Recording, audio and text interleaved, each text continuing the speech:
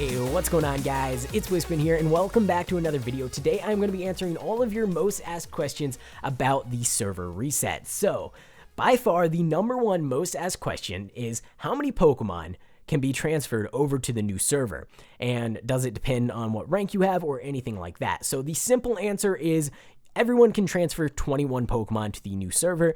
No matter what rank you have, no matter how long you've played on the server, everyone can transfer the same amount, which is 21. Now, I wanted to get that question out of the way because it was by far the most asked, but I'm going to answer about 4 more questions, which were the most frequently asked.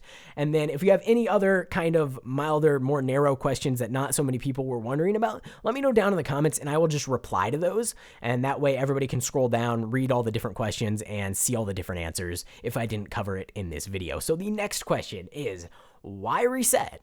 Now, there are a ton of different reasons to go ahead and reset the server. There's probably more than I could even think of at the moment. There's probably things that I'm going to miss, but the main 4 or 5 reasons is, number 1, the current map has gone through so many different versions of Minecraft and Pixelmon. We went from Minecraft 1.10 to Minecraft 1.12, which we even skipped a version in there. That's really not that great for the server. And on top of that, we've also gone from the regular Pixelmon about a year ago to Pixelmon Dark to Pixelmon Generations to Pixelmon Reforged, and just going through all those different changes without having any sort of a reset, it really does add a lot of corruption and weird issues to the server that we can't necessarily find or fix without just resetting everything.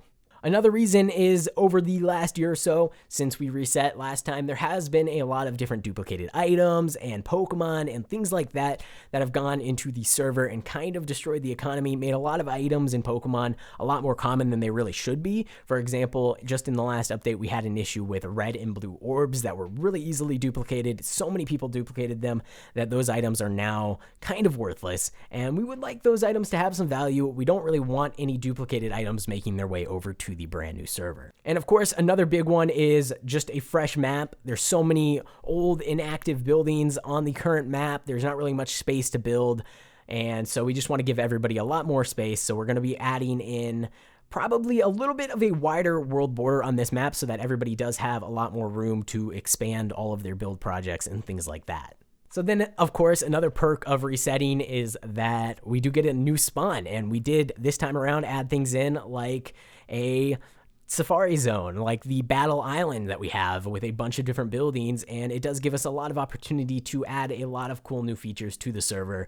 So that's another good reason to reset.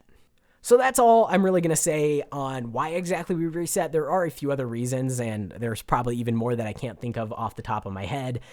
Even just one is like grief prevention has had so many bugs that cause so many different weird corruption glitches with claims and things like that. We want to get rid of all that and just start fresh.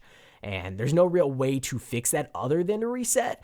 We could just wipe all of the claims, but that would cause probably more chaos and more issues than it's really worth. So moving along, next question, will any items or money be transferred over? So money will all be wiped, and the reason for that is we just want to go ahead and reset the economy. And as for items, so last time we did a reset, we did go ahead and allow all of your Pokemon that you put in the Pokevault to have one held item, and that item would transfer over.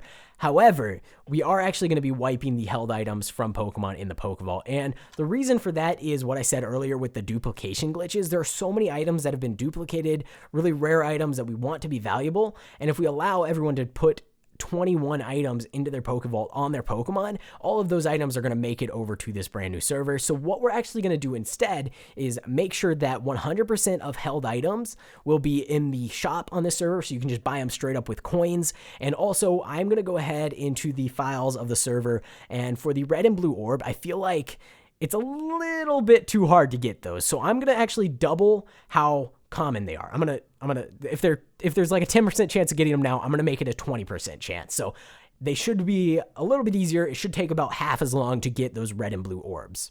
Now, as for starter Pokemon, when you log onto the server, you're not going to have any Pokemon. The starter menu will not appear. What you have to do is just walk up, click any of these Pokeballs. It doesn't matter which one, and that will actually just open up the starter menu. You'll get to select a starter. It will, of course, be a shiny starter, just like on the current server.